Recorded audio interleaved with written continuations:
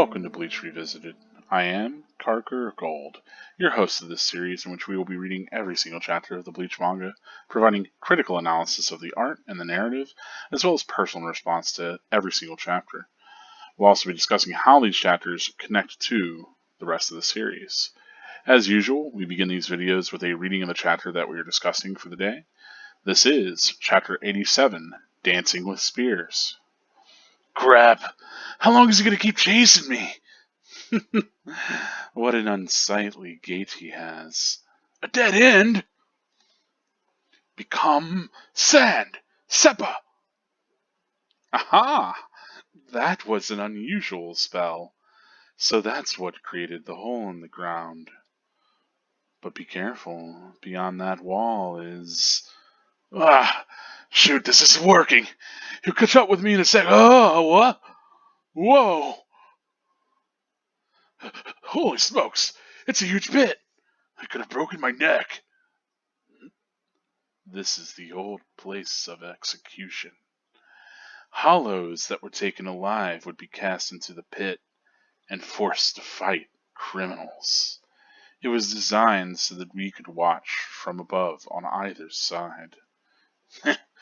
You Soul Reapers have a twisted idea of fun. Twisted as your face. However, it was an ugly custom that is no longer practiced. Now, you must have had enough of running and chatting. The time has come for you to choose. Be slain by me, or fall to your death. Please, turn this way while you think it over. Even though your face is unpleasant, death awaits you either way. I like to observe the faces of those who are confronted with this kind of choice. You see, that's what I call twisted. I don't understand. At this range, only a ranked novice would take his hand from his hilt. Hey, shut up. I can't fight with blood in my eyes, can I? I had to do something about it. Even shallow wounds above the eyes bleed profusely. Wiping away is a poor remedy. Better to apply a styptic. Hey! That stuff stops the bleeding. That's not fair. What? It is so fair. It's called being prepared. You should be applauding my professionalism. Not me. You're a strange one. You behave like a novice. I'm sorry, but you just don't look like a warrior, and yet your reactions are first rate. Your swing is powerful, and as for your movements, they're not far from my own level. Huh? Don't look so fierce. I'm giving you a compliment. I'm saying that you're too good to dismiss as a lucky, battle-crazed novice. Who's your master, Ichigo? Well, he only trained me for about 10 days, so I don't know if I can call him my master, but somebody did teach me how to fight. Who? Kisuke Urahara. Bleach, Chapter 87, Dancing with Spears. I see. So he is your master. Then it would be disrespectful to slay you the easy way. Extend, Ozukimaru, Winter Cherry.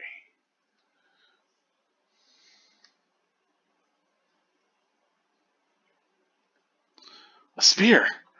There's no time to be surprised, Ichigo. Are you ready? Don't misjudge it. I won't.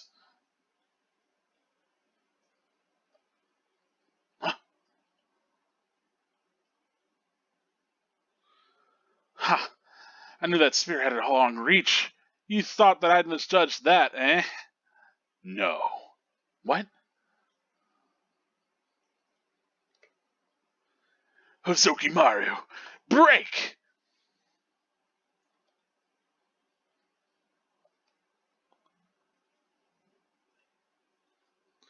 That's what I thought you'd misjudge.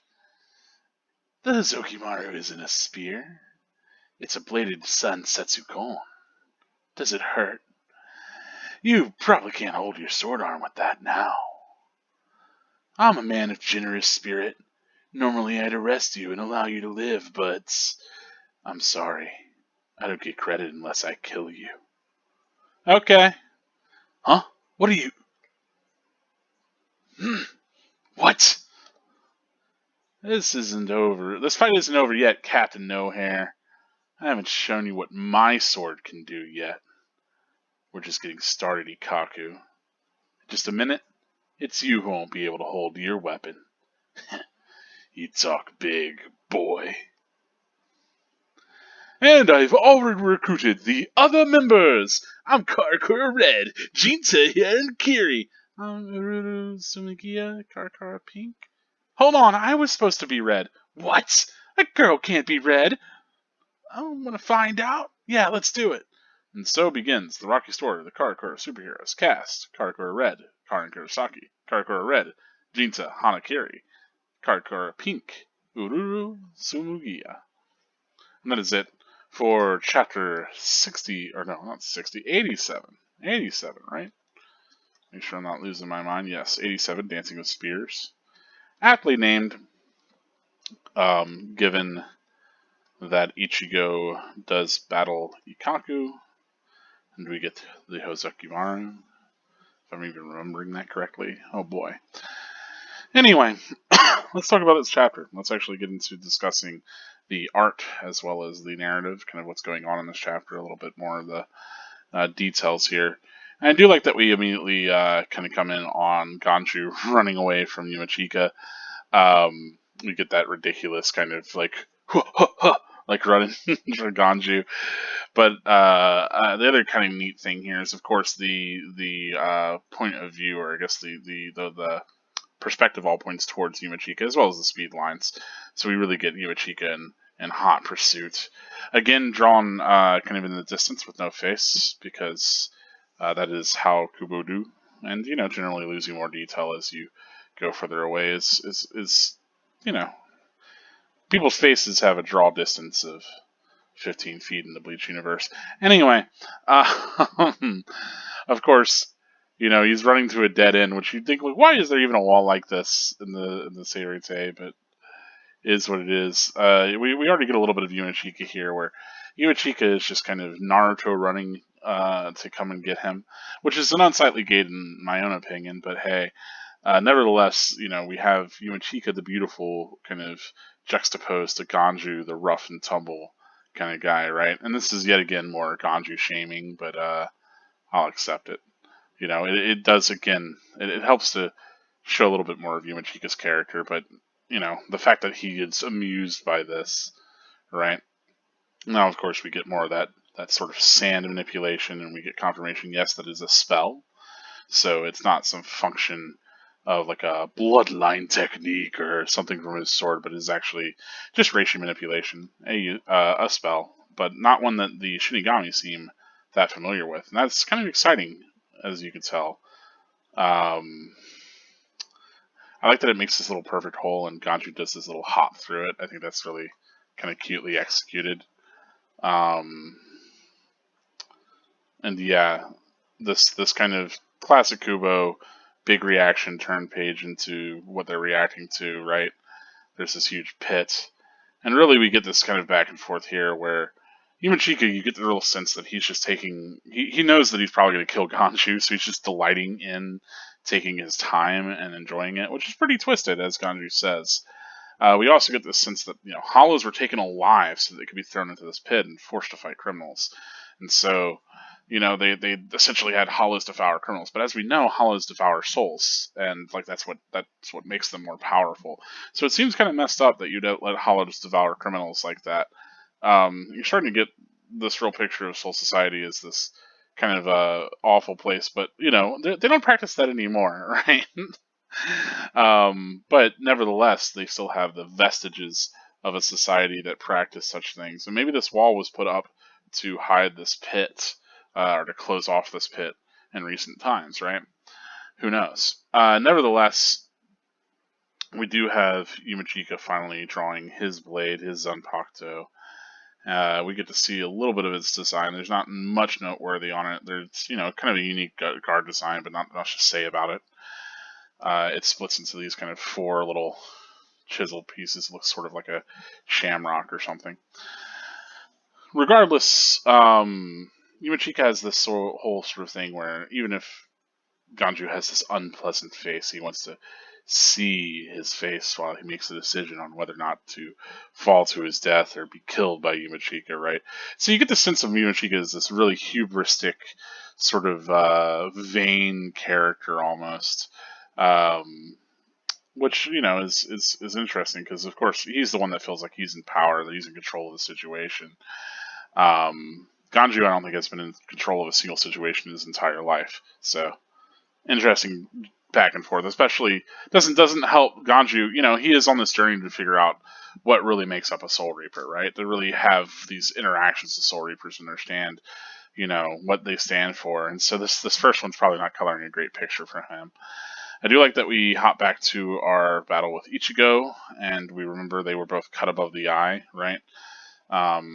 We do get this kind of discussion here, which I do like, where Ikaku calls Ichigo out for being a novice and trying to clean the blood from his eye, and Ichigo's like, well, yeah, you got to do something about it, and I love it's kind of a cool moment we get that he has this sort of medicine, a styptic, something that you would rub on a wound to close the bleeding up, right? Or to help at least some sort of clotting agent, who knows.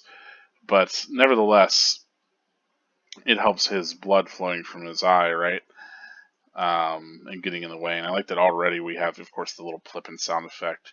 The blood dripping down Ichigo's face, even though he's just wiped it aside, as Ikaku, manages to keep his sword kind of facing Ichigo. He manages to kind of still be battle ready as he does this, which I think is really cool. I do like that he gets turned for a comedic moment, and then Ichigo being like, "That's not fair," and Ikaku just having a real hard time about it, like, "You should be giving me praise." But it is interesting because it pops out of the pommel of his sword. It seems to be an aspect of his Zanpakuto, which is kind of cool. So it speaks towards Ikaku being the kind of person who's ready to be wounded in battle, right?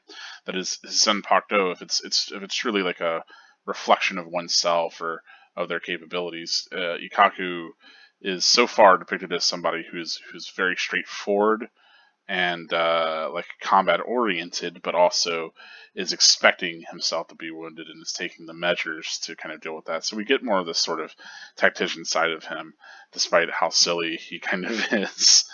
I do really like these kind of backs and forths. That's a nice perspective on Ikaku. I get this feeling that Kubo really liked drawing him from these different angles. This is just a swell of the shots from literally last chapter. And I do like this expression he puts on.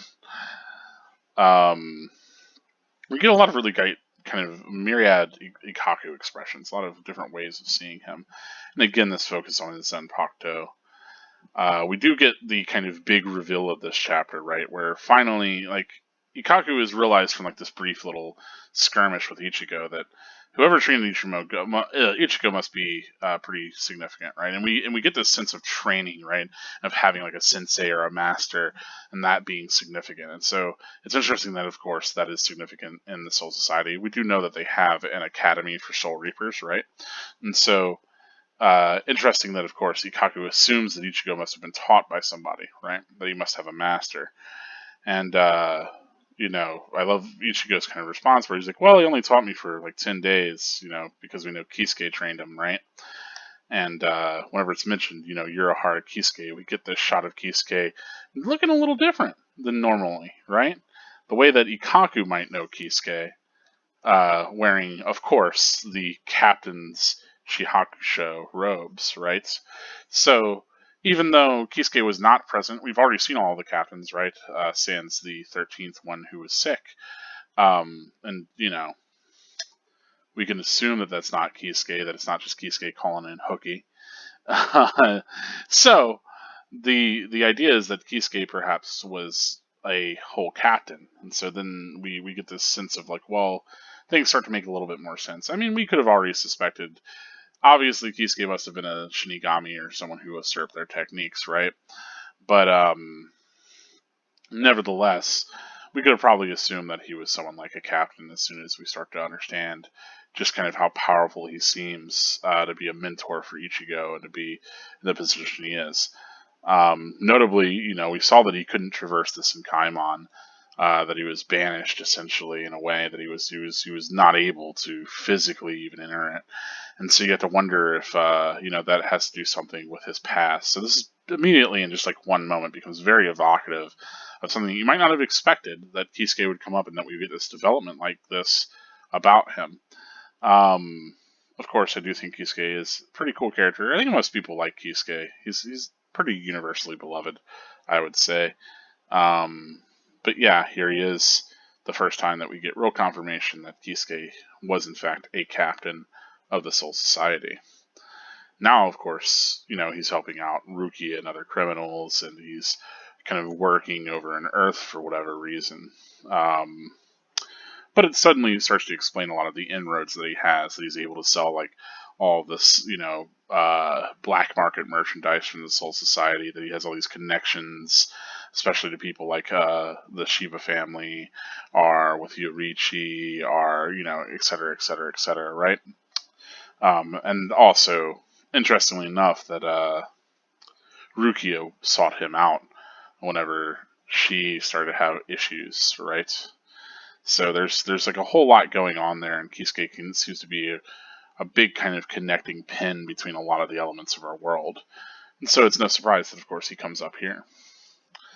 And of course, we get Ikaku with this very shocked expression. I love this expression for him, and like especially the zoomed in, like very small pupiled eyes as he realizes, like, oh, it's Kisuke. And Ichigo has no reason to suspect there's anything special about Kisuke, right? Like, it's like, yeah, whatever. There's just like weirdos like that. Like, think about from Ichigo's perspective. Like, he didn't know about hollows and Shinigami or any of this stuff until just this year. So it's a lot for him to take in. And so this immediately kind of has Ikaku taking this more seriously, right? That he's going to use his Zanpakuto. And so his release, if you remember, Zabumaru's has, Renji draw his hand across the blade, right? And then, howl Zabumaru. And so here we get that he plunges his sword up against the sheath of the sword and says, "Extend, Hozuki Maru."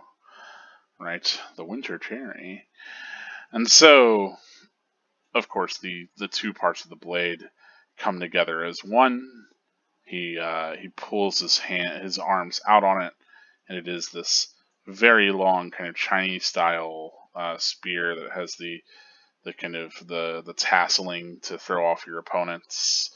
It's pretty cool. It's a neat weapon, and this is twice now, of course, that we've had an opponent Shinigami have their Shikai revealed to be like an extension of their normal blade that transformed its body entirely into a different functionality. Of course, Renji, he got the big kind of whip sword, right? The chain sword, if you would call it, whatever you want to call it. And here we are seeing that Ikaku gets this spear. Why, of course, the Zanpakuto has to normally be a sword because swords are cool, but his sword becomes a spear. And you have to wonder, like, okay, well, what special abilities does it have? And we come to find that, right? I like that Ikaku, now he's going to take this seriously. And we can see that he doesn't have the blood, but Ichigo does, which is good. Ichigo's got like a blind spot, assumably, from that. And Ikaku just immediately takes the advantage. I love this, like, pops up the blade that he had just thrown down, kicks forth his foot, and you get this real sense of momentum as he comes forward with this huge thrust. And I love just like the arrangement of this panel is really fantastic, especially with Ichigo's head in the top left and this kind of reaching for that head, and we get him ducking out of the way. Of course, we get these mini rapid strikes with the tail end that's throwing Ichigo off. And we're not quite sure exactly what he's supposed to watch out for until, of course, he comes with this slash. And I do like obscuring kind of what's going on here with the spear with Hozokimaru. And so we get the real confirmation, right, that he can say break, and it splits into a 3-part staff, right? And so it comes around his block of his sword and takes Ichigo right in the arm. And we do get quite a kind of gory detail as his arm gets sliced pretty lengthwise. I do like the shot of Ikaku, kind of with the 3-bit spear here, this kind of chain spear.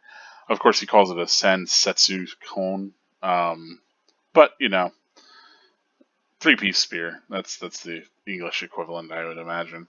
Why they decided not to translate that, I don't know. But hey, whatever. Maybe they're trying to speak towards the specific kind of weapon it is. It's more traditionally called, which is like, okay, I love that Ikaku, this is a really great moment here, is that Ikaku's trying to like give like this whole like, oh, you probably can't even hold your sword. Like, I'm a man of generous spirit, like he's given like this whole thing while Ichigo just pulls the cloth of Zangetsu and wraps it around his arm and is like, alright, let's keep going. And immediately comes for this huge cleave, and I do love that. Ikaku gets out of the way only for Ichigo to just cut this massive hole into the Seirete. I don't think the translation should have gone with the line Captain No Hair. Captain Obvious or Captain whatever sort of insult you would. Because captains are a thing in this universe. And so, like, Ichigo's not confusing Ikaku for, like, a Captain Class Shinigami. He's just calling him a silly name. So they could have called him... I don't know if it would fit to say something like Baldy. But, I'd have to look at whatever the original was to tell you. But Captain No Hair, I think, is a pretty silly sort of translation. It might confuse people who think, are reading that more literally rather than figuratively. Yeah, and of course, Ichigo really likes doing this. This is like a bit that we've gotten before, right? But we're getting here again. I'm pretty sure Ichigo did this whole like back and forth with Renji or with Byakuya, but here it's something that we're seeing with Ichigo and Ikaku. This idea of one person saying like making a taunt, right? Like Ikaku being like, "Oh, you're not going to be able to hold your weapon," and then Ichigo being like, "Well, in a minute, it's you that won't be able to hold your weapon," right? I'm pretty sure that we got something pretty similar earlier, and I think it's something that Kubo really kind of likes for Ichigo, right? That he's able to kind of throw those taunts back in his enemy's face, that he's able to kind of meet the oppression that he's been faced up against. Of course, in Aomake, we get the kind of hilarious reveal that Jinta and Uru have been co-opted, and Jinta gets to join because he thinks he's going to be the protagonist red character.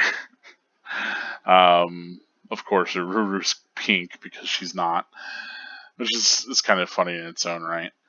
But yeah, I don't have as much to say about this chapter. I do think the art's fantastic. I really love the shot of Ichigo, especially with Zangetsu wrapped up on his arm. I think that's some good stuff. In general, just like I said, a lot of really good shots of Ikaku, a lot of good reactions. We get Ichigo as kind of, learning a little bit more about how he fights, getting a little bit of that. We get this Ichigo getting pretty gored up. Yeah, I do love how Ikaku's face starts to like stretch as well, sort of with the stretchiness of his weapon, with the extra length it gets, which is kind of cute. Yeah, he looks pretty imposing and capable in a lot of these shots, and I do like that. I love Ichigo just having like little grins throughout the fight. So we get a lot of nice expressions from our characters, and of course we learn a little bit more about Kisuke, and a little bit more about Soul Society, and a little bit more about Yu and Chika, and maybe a little bit more about Ganju.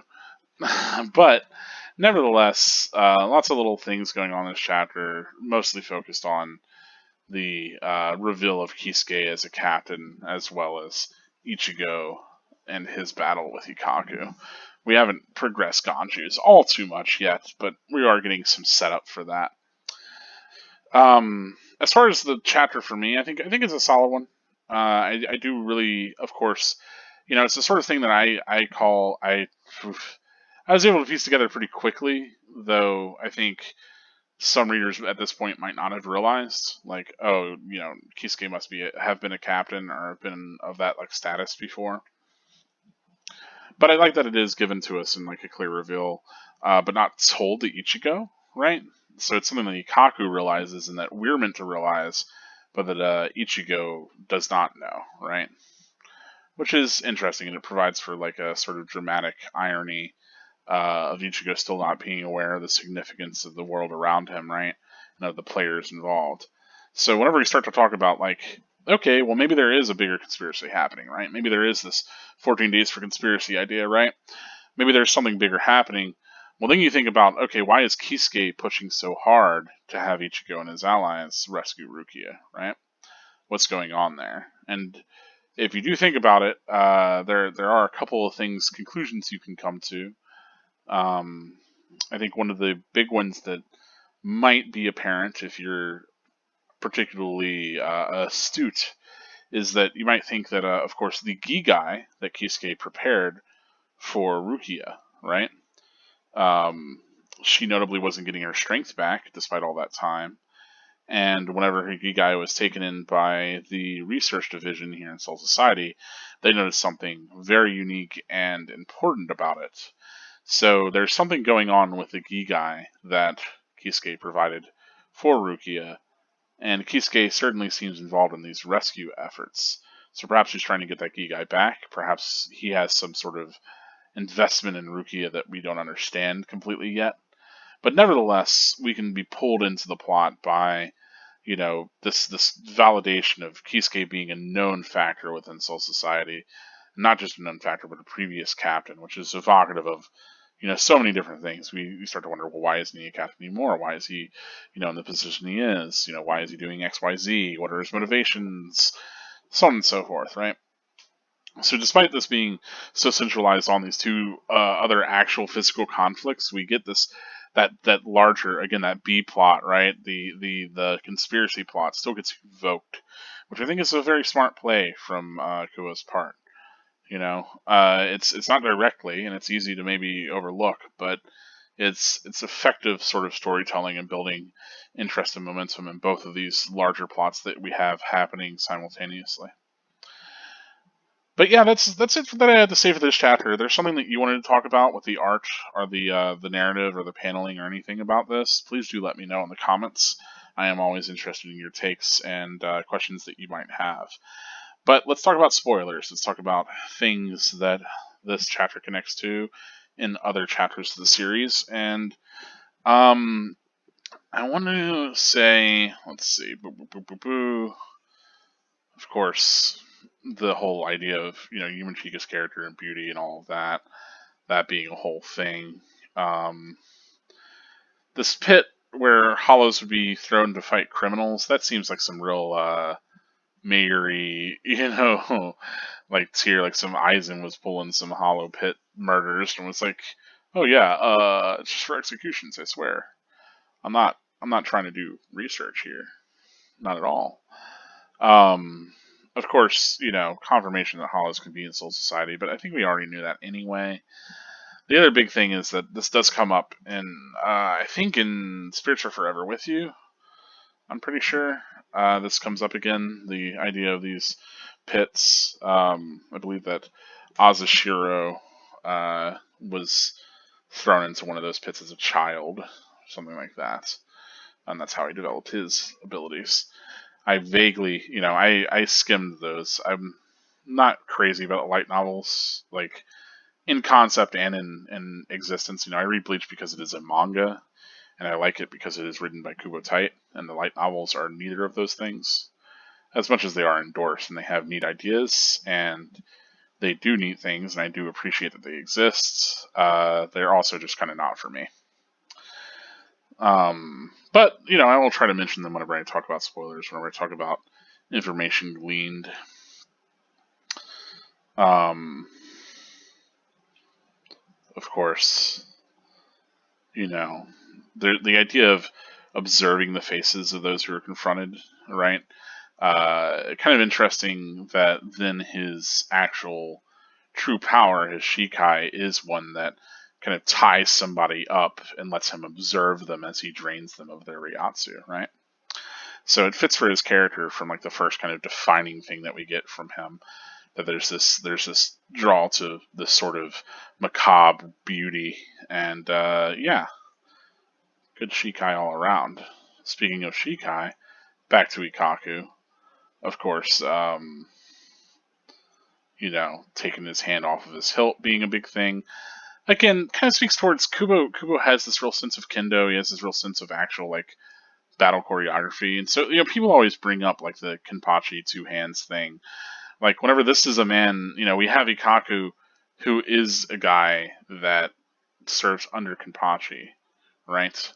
And so the idea of taking a hand from his hilt, it's like Kenpachi only has one hand on his hilt all the time because he's trying to fight on a lower level, because he's not actually taking the fight as seriously as he could. Of course, people blow out the two hands thing as being like kind of nonsense. I think it is a bit silly, but it's something that you could take as being a little foreshadowed even from this early on, or rather acknowledged within the world that is a less proper fighting technique. And Kubo really does seem to have a real care for, a real sense of the significance of different like actual sword fighting techniques and how those are arranged within this magical nonsense manga. Of course, Ikaku's whole like Zanpakuto having something that can heal him, or at least stymie his bleeding, I think is an interesting aspect of it. Like I said, I tend to read this more as Ikaku being willing to be hurt and like wanting to continue battle, and we do know that his Bankai I think powers up as he gets hurt, right? So it's again more of that sort of sadomasochistic, like really enjoying being in the battle.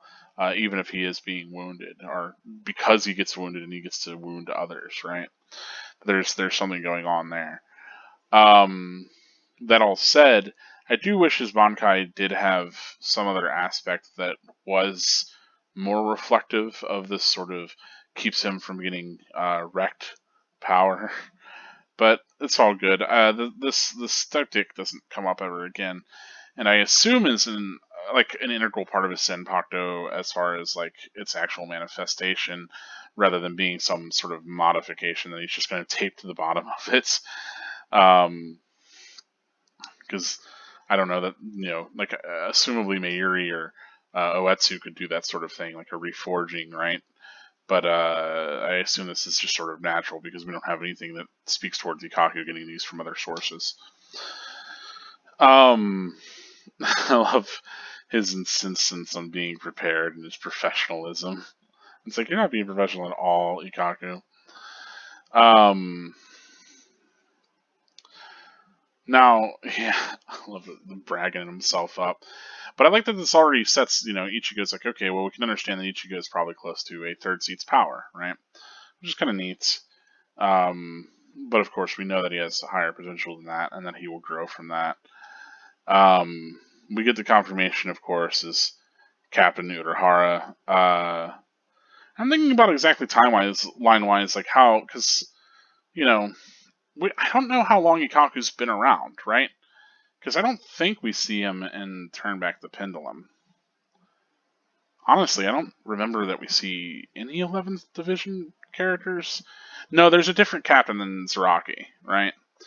There's like the big guy. I don't remember his name. But there's a different captain there at the time. And I always felt like Ikaku joined after Zaraki did, right? That he was a part of that because the whole deal was that maybe the 11th had grown sort of bullyish and sort of oafish, and that Zaraki really restructured them. And I feel like Ikaku was a part of Zaraki's restructuring and kind of went up the ranks that way, from what I understand. Though he would have known about, Kisuke being kind of a high-profile criminal at this point, he probably would have known about him. So, nevertheless, it's kind of hard to say, because we don't know how long Ikaku's really been around. Because I'm trying to think about even, like, flashback arcs, like, Kira, Rinji, Rukia, Momo, all of them whenever they were younger, the Soul Society Academy stuff, and I don't really recall Ikaku being brought up then. It'd be funny if there was like an Ikaku with hair, and that's just why I don't remember him. Anyway, nevertheless, we get more confirmation of the Zenpakuto actually being the hilt and the blade, which is something significant, of course. As we would come to find out, with Ichigo's incomplete Zenpakuto, is Zangetsu not being complete, and the reason why he gets two swords is one is technically the hilt, right? But it carries that sense of, Ichigo's all about being on the offense, all about taking the fight to his enemy, right? The sword that protects. And so his sheath is, of course, just another sword. But nevertheless, it is something that is made explicit here. I do always feel like Rinji and Ikaku got sort of the short end of the stick whenever it comes to Shikai. Because, it's like, okay, well, it's very martially based. It doesn't have any fancy tricks. But, it'll get you around. And maybe that's just a caveat of being this early in the series where things, characters' abilities are less absurd. Or maybe I think, perhaps just the average Shinigami doesn't have that crazy of a release, But I always like to imagine it like, Oetsu's handing out Asuichi, and he's like, all right, so what do you want yours to do, Renji? And Renji's is like, oh, I want mine to like be like Kratos. I want to have an extendy sword.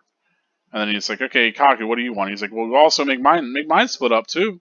That's cool. I want to do that. And it's like, okay. And then like, okay, what do you want, Gin? And Gin's like, I want to be able to hit somebody at lightning fast speed from a mile away. And both Ikaku and Renji are like, man, I could have asked for that. And then Aizen goes up there and he's like, oh, I just want to be able to manipulate all their senses forever if they've ever seen me release my sword. Cool. Like you think about like not every Shikai is built the same, that's for sure. I mean, even comparing like what we have in the series so far, like Kisuke's to Ikaku's or Renji's, it's like, well, yeah, Kisuke's can do blasts and shields and all kinds of stuff.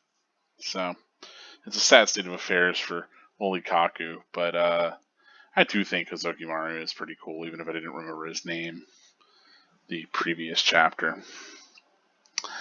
Of course, we get some proto Getsuga here as he finally chops into the wall. Also wanted to mention Ichigo's right arm getting cut and him tying Zangetsu to it. Kind of interesting for a number of reasons. One, because we talk about like Ichigo having issues with his bleeding, right? And the thing that is stopping his bleeding is this version of Zangetsu, which is a manifestation more of his Quincy power, right? And so, of course, his Quincy power is what stalls his bleeding. Yeah. But furthermore, I mean, you could read this a number of ways. I do like, of course, the sword merged with the arm would be a visual that we will get later, especially tied to Aizen whenever he awakens the Hogekyo and is starting to mutate. Also, Ichigo with the wrapped arm into the Zangetsu is something that comes up again later with the Mugetsu form of Ichigo, right? So we do get, and even the Dangai Ichigo, I think has the chain wrapped around his arm as well. So that sort of wrapping, that sort of merging, the synthesis of Zenpakuto itself does come up more often forward. So it's interesting that that's a visual that we start to get here first and foremost. But also that, Zangetsu can be the sort of blade that you would tie to yourself, right? That you would make an extension of your arm as just blade, right? As Ichigo will be more and more willing to kind of compromise his utility outside of just being able to harm other people or just being able to wield his power, right? And again, like I said, some Proto-Getsuga stuff. And yeah, that's mostly it. A shorter episode for this one, but more of a combat-oriented one, less to really talk about. But if there's something that I missed here, or that you feel like you'd like a little bit more time spent on, go ahead and leave me a comment. Let me know what it is. Make sure to comment any spoiler discussion as spoilers, and I'd love to get to it. As always, please leave the video a like if you got this far. It does let me know, who's really out there watching these whole things. I do appreciate it. The other big thing is if you want to take your support to this channel another way, you can support me on Patreon for as much as you like or as little as you like, honestly. And no matter the amount of support, it really does help me. Right now on screen, you're seeing all of my current patrons as of making this video. And I wanted to give a shout out to you folks. Thank you so much. I do appreciate it. But that's it for this one, folks. So, as always, this has been your host, Carker Gold, reminding you that spirits are forever with you. Stay gold.